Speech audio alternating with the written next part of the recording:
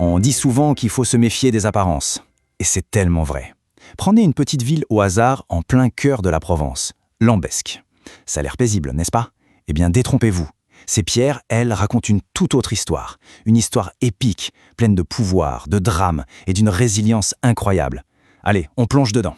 Alors voilà, ça, c'est le Lambesc de maintenant. Une jolie petite commune provençale, bien sereine. Là, on voit la mairie, le cœur administratif pour ses un peu plus de 10 000 habitants. Bref, la vie a l'air de suivre son cours, tranquillement. Et les soucis des habitants, eh bien, ils sont très actuels. Si on jette un œil aux dernières nouvelles de la mairie, de quoi parle-t-on? De perturbations sur la ligne de bus 240, celle qui va à Aix. Voilà, un problème du quotidien on ne peut plus banal. Ok, maintenant on fait un bond en arrière, un sacré bond de quelques siècles. Et là les problèmes, comment dire, ils n'étaient pas tout à fait du même ordre. Regardez cette gravure, on y voit le tout dernier prince de Lambesc, un certain Charles Eugène de Lorraine. Et il a l'air d'être en pleine séance d'excuses publiques, ou quelque chose qui y ressemble fort. Le contraste avec les horaires de bus, il est juste saisissant, non? Du coup, la question se pose, et elle est fascinante, comment est-ce qu'une petite ville, qui aujourd'hui se soucie de ses liens de bus, a pu être, à une autre époque, un véritable centre de pouvoir, le théâtre de drames princiers? C'est justement ce qu'on va aller voir en remontant le fil de l'histoire. Pour comprendre Lambesc, il faut vraiment remonter loin, très loin.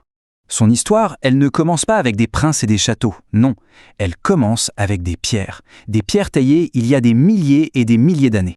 Regardez-moi ça, ces habitats troglodytiques, ceux de Sainte-Anne-de-Gouéron. Ils ne sont pas là pour faire joli, ils sont la preuve qu'il y avait du monde ici depuis le néolithique.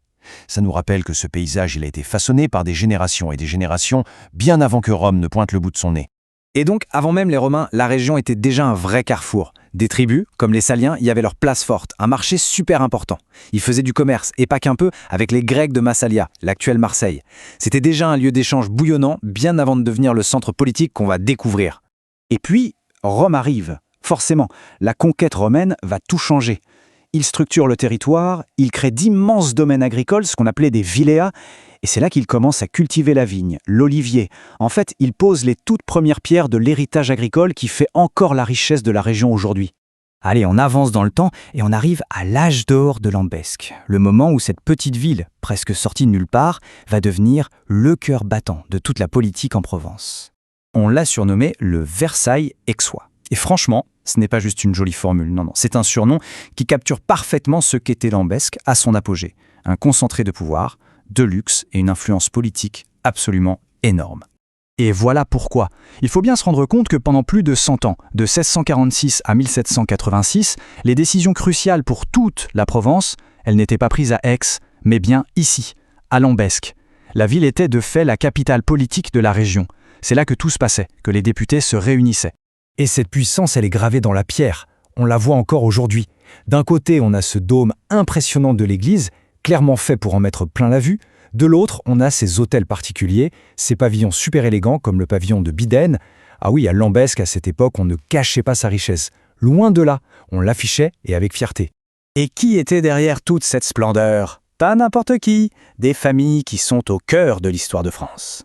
D'abord, les Guises, qu'on connaît bien pour leur rôle, disons, central dans les guerres de religion. Et puis, la Maison de Lorraine. Rien que ça, une famille liée par le sang au roi de France et aux empereurs du Saint-Empire. Quand on dirigeait Lambesc, on jouait dans la cour des grands, au niveau européen. Mais bon, comme toutes les belles histoires, les âges d'or ne durent jamais éternellement. Et le destin de Lambesc va être frappé par une série d'événements violents qui vont tout remettre en question.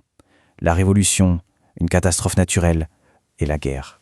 D'abord, la Révolution française. Elle balaye l'Ancien Régime et dans son sillage, elle importe la principauté de Lambesc. C'est fini. En 1789, son statut politique si particulier disparaît. La ville rentre dans le rang et devient un simple chef-lieu de canton.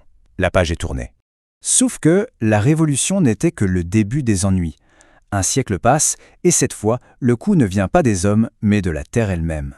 On est en 1909. Et là, c'est un séisme. Magnitude 6,2. Pour se donner une idée, c'est tout simplement le plus puissant jamais enregistré en France métropolitaine. L'épicentre est juste à côté et la secousse est apocalyptique. Le bilan humain est terrible. 46 morts. La ville est dévastée, en ruine. C'est une cicatrice immense, autant physique que psychologique, qui va marquer Lambesc pendant des décennies. Un rappel brutal que tout peut basculer en un instant. Plus près de nous, pendant la Seconde Guerre mondiale, la région n'est pas restée passive. Les plateaux qui entourent Lambès sont devenus un haut lieu de la résistance.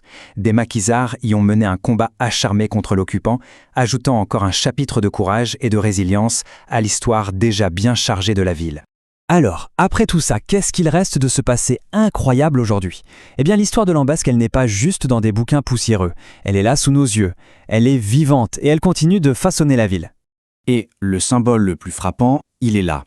Sur la façade de la mairie actuelle, la mairie moderne, on retrouve quoi? Le blason historique avec la croix de Lorraine. C'est le lien parfait, direct, visible entre le pouvoir des princes d'autrefois et l'administration d'aujourd'hui.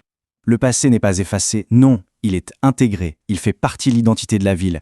Et puis il y a la terre qui ne ment pas. Cette frise, elle montre une continuité assez folle. L'agriculture, lancée par les Romains, a traversé tous les âges. Le vin, l'huile d'olive, c'était déjà des produits réputés au XVIIIe siècle. Et aujourd'hui, ce sont des AOC, des appellations d'origine contrôlée, qui font la fierté de toute la région. Au final, l'identité de Lambesc, c'est ce mélange fascinant. D'un côté, une économie qui puise sa force dans un terroir hérité de l'Antiquité. Et de l'autre, un patrimoine architectural incroyable qui attire les curieux, venus marcher sur les traces de ce fameux Versailles aixois.